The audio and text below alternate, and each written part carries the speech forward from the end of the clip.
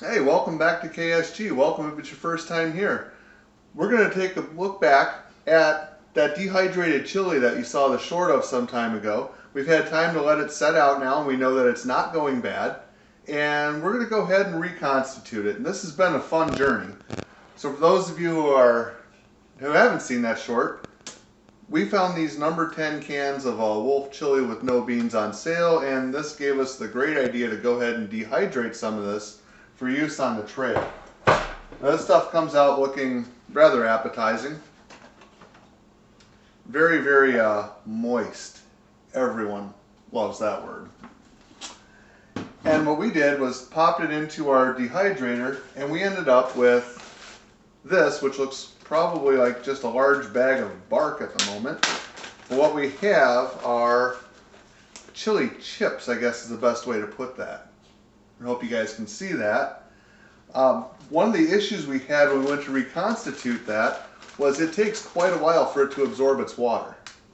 So what we found was that we would break it down using a mortar and pestle here that we just happen to have because we're a little strange. But you can also use a rolling pin or just about anything else. The idea is you come out with a substance more like this. Grape nuts comes to mind to me. And what we're going to do today is we've got about one serving there in the Walmart cup. And we're going to be showcasing the soon-to-be almost famous IKEA hobo stove in all its glory. This is a 5-inch or so dish silverware drainer like you'd see in a restaurant, a couple of aluminum tent tags, and 4 1/4-20 bolts with some nuts on there to hold it in and make it stand up. Now, we are a channel that kind of exists where camping and preparedness and food storage all sort of overlap. So what we're using here is one of our camp items, and we're going to use it here in the house because it's a balmy 20 degrees today. So we decided we'll go ahead and do this inside, and we're simulating how we would cook if we didn't have the range or the microwave or any of those conveniences. So that actually makes this a nice little multi-use item, and we will be using a classic Trangia alcohol stove powered by heat for this video. Okay, we're a little over 3 minutes in, and we've got the Trangia at full bloom, and this has already brought the chili to a hard boil. Now, if we were just boiling water to dump in for, say, freeze-dried, at this point we would be done. But since we're actually kind of cooking this to reconstitute it, we're going to have to actually use that Trangia simmer ring.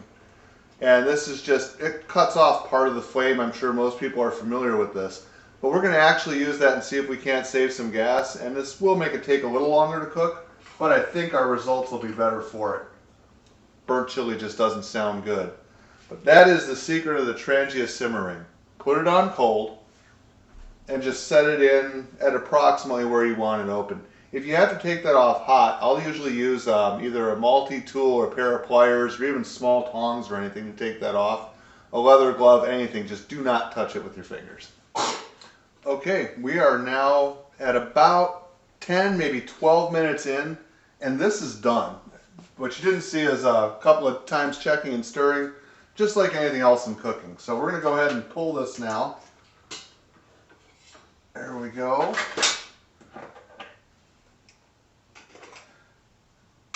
And I'm just going to bring this over, got to get a quick little look, and what we have is regular chili. We maybe added a little too much water. But this is fully reconstituted and become very much like what it was out of the can.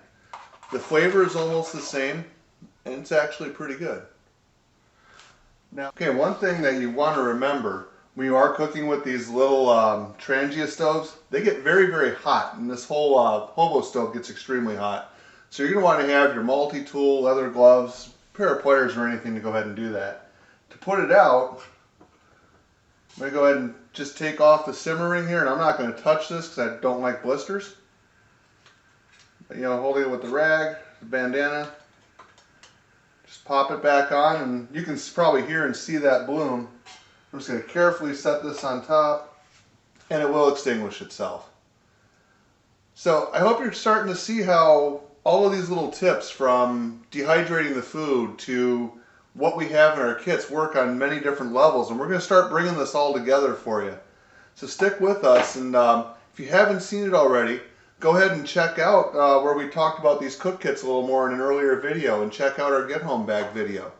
We also have a couple of shorts out that include not only drying the chili, but some stuff that we've done with herbs and everything as well.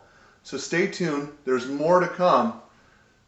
And if you're finding value in these videos, as always, likes are free, we really appreciate them. Go ahead and subscribe and share. Thank you very much.